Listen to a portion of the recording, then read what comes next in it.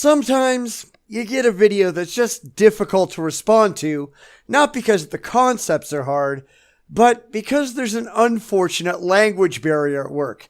And that's the case this time, as I try to respond to what I'm assuming is an African apologist who's doing his best, but sometimes trying to figure out what he means isn't always the easiest. Oh well, we gotta do our best. So let's see what he has to say to other Christians who are trying to debate the Atheist Brigade.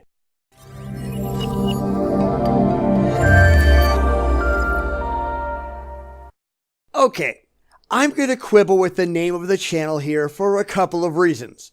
First off, because I've been doing some PragerU videos recently, and Prager isn't remotely close to a university, and the same thing applies here. But secondly, and I think more importantly, they use the word evidential in the name, but then pretend like personal experience is somehow valid evidence, which is simply not the case. Your personal experiences are only valid if and when they are objectively and factually correct in the real world. And for the religious, this is rarely true. The religious will often say, I had an experience, and that this is what it means, without ever trying to find out exactly what it means, what happened, what was responsible, etc. They will just arbitrarily assign their religious beliefs as responsible for anything that happens. And that's not rational. But anyway, let's get on with the video. One of the things we need to learn when you're trying to debate the Atheist Brigade is that you have to remain unemotional. Now, I don't want to criticize this guy because I know he's doing his best and English is clearly not his first language. So I went and I turned on the closed captioning so I could kind of pick up on what this guy was saying. And wow, automated closed captioning has a long way to go.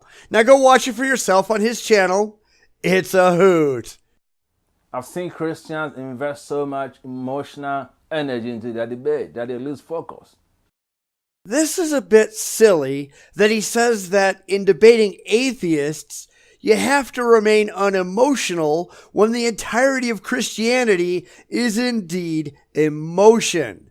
The whole of Christian belief, indeed all religious belief, is emotional. It's based on feelings. It certainly isn't based on objective evidence. That just kind of struck me as funny. Your job is to remain resolute. Your job ought to be to present evidence that the things that you believe are objectively demonstrable and credible.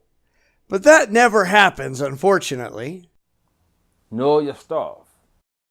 But that's the problem. They have no stuff and they have no evidence, at least not evidence that an atheist is going to accept.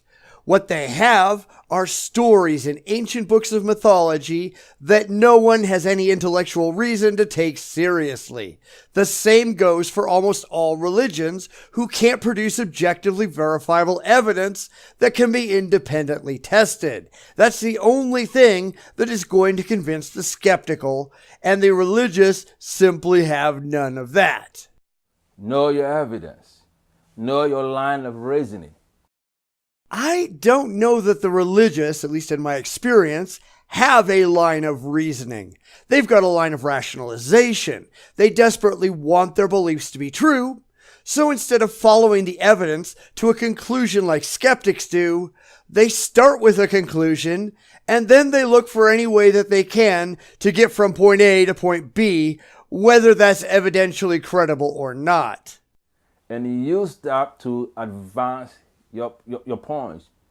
When you invest so much emotion into a debate, it takes away your focus and thereby allowing you to say so many things you're not supposed to say. That's only true if you're being dishonest about your beliefs.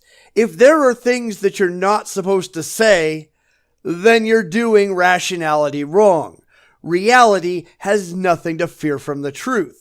If you've got things that you're keeping quiet, then what you believe probably isn't so. So it's very simple. If you meet an atheist brigade, or brigadier, or full soldier, or a group of them, or one person that tries to debate you, your job is to remain resolute. No, that's the job of a fanatic. People who are reasonable and rational and who care if what they believe is true, their job is to examine the evidence with an open mind and not cling tenaciously to what they wish was true, but to be open to rejecting those beliefs when they become intellectually untenable. And unfortunately, the religious don't do that. Make sure you unabashedly advance your argument, advance your points, and reason line by line without getting caught up with all this emotion. If you're getting emotional over your beliefs, then your beliefs are held on emotions and you're doing something very, very wrong. I'm not an atheist because it's a position I hold emotionally. I'm an atheist because there's no objective evidence whatsoever for the validity of religion.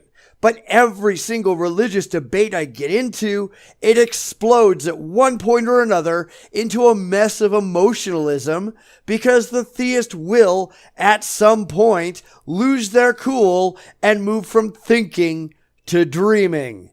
They're incapable of stepping back and putting everything on the intellectual chopping block. Religion simply doesn't allow it. Don't try to defend God. God doesn't want us to defend him. Yeah, unfortunately, God sure isn't defending himself. God doesn't show up to debates. God doesn't present any evidence that he's real. And since the religious are the ones arguing for the existence of this imaginary man in the sky, it rests solely on their shoulders to back up their claims with proof or reveal themselves as irrational. So unless this guy is suggesting that theists hide from their detractors, which, let's be honest, won't do any good, Christians are going to have to defend their beliefs, and that includes defending their belief in God. What we are called upon to do is to give reason for our beliefs. And that reason has to include presenting evidence that your beliefs are true. Because if you can't convince us that your reasons are valid, we've got no reason at all not to dismiss your claims as the rantings of a lunatic. If you're going to convince us that your beliefs are so, you have to convince us on our terms, not on yours. That's it. If you meet somebody and they give you a reason for your belief, line by line, precept upon precept, logic upon logic, and look at the argument on the other side and disband it, your job is done. And once you do this, you are good to go. You've also completely wasted your time if that's all you're going to do. It makes you look like a crazy person ranting to people on a street corner from atop a soapbox. If your only position is that you tried and people didn't accept your inept ranting, that's a pretty irrational and unintelligent position that you're espousing, isn't it? Are you going to change his belief system? Probably not. Then you have failed to convince them, and that's your fault, not theirs. And if you're acknowledging that your rambling lunatic ravings aren't going to convince anyone, then there's something severely wrong with your beliefs. The Atheist Brigade wins because they have evidence, reason, and logic on their side. They don't sound like crazy people. Maybe your side ought to give that a shot. But your job is not to change his belief system. Your job is to show the reasons why you believe what you believe. And if those reasons are not rational, then you're only showing yourself to be a fool. Why is that something that so many Christians are proud of? And once you're able to accomplish that, your job is done. At which point, you're violating the Bible, where it says in Matthew 28:19, "Go and make disciples of all nations." Well, you can't do that if you're just throwing up your hands when people don't accept your crazy rantings and just walking away. You actually have to convince people that what you believe is factually correct. You have to present evidence. You have to have a compelling case. And if you don't, then the failure isn't on the people you're trying to convince. The failure is on you. The Bible doesn't say, go and make disciples of people who are easy to convince. If you're not convincing, it's your fault. Fix your presentation or realize that your beliefs aren't defensible. So next time you meet somebody in a debate who's an atheist, remember, who believes in atheism, or he's a full soldier of the Atheist Brigade, don't be emotional. I'll give you a case. Shake hands and walk away. Thanks for watching. I'm Kojo Sedumanti for Evidential University. Please subscribe to our videos, and I'll see you next time. Bye-bye. Hey, thanks for trying. I appreciate people like this who are at least trying to talk to their followers intellectually. Unfortunately, I don't think he comprehends the problem he's trying to solve. It isn't the atheist that you have to worry about. It's the poor quality of your own arguments in defense of your religion.